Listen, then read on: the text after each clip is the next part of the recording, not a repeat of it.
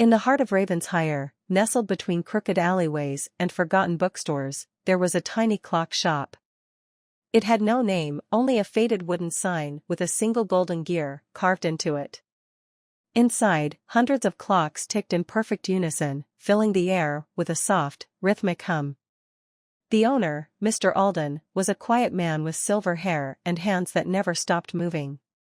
He could fix any timepiece, from the grandest tower clock to the smallest pocket watch. But there was one peculiar thing about him: no one had ever seen him age. For 50 years, he had looked exactly the same. People in town whispered about it. Some thought he had a twin who had taken over the shop. Others believed he had discovered the secret to eternal youth.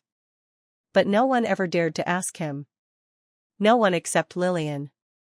Lillian was 17, curious, and utterly fascinated by mysteries.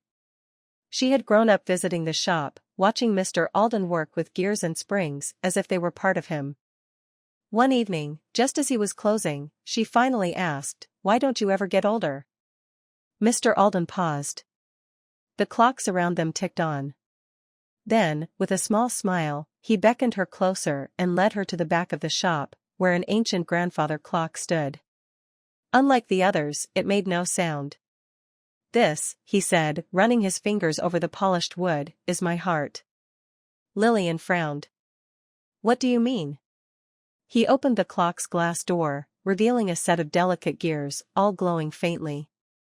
"I made a deal long ago," he explained. "This clock holds my time. As long as it keeps ticking, I do not age. But if it ever stops," he trailed off. Lillian shivered. "That's incredible," she whispered. Mr. Alden chuckled.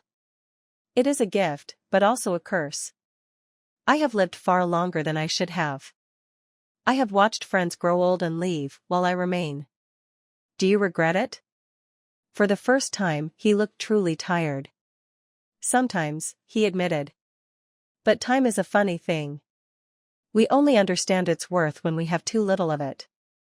Lillian nodded, understanding more than she could put into words. She looked at the silent clock, its golden gears still spinning. She wanted to ask if he would ever let it stop, but something told her she already knew the answer. As she left the shop that night, the clocks continued ticking, and Mr. Alden remained exactly the same.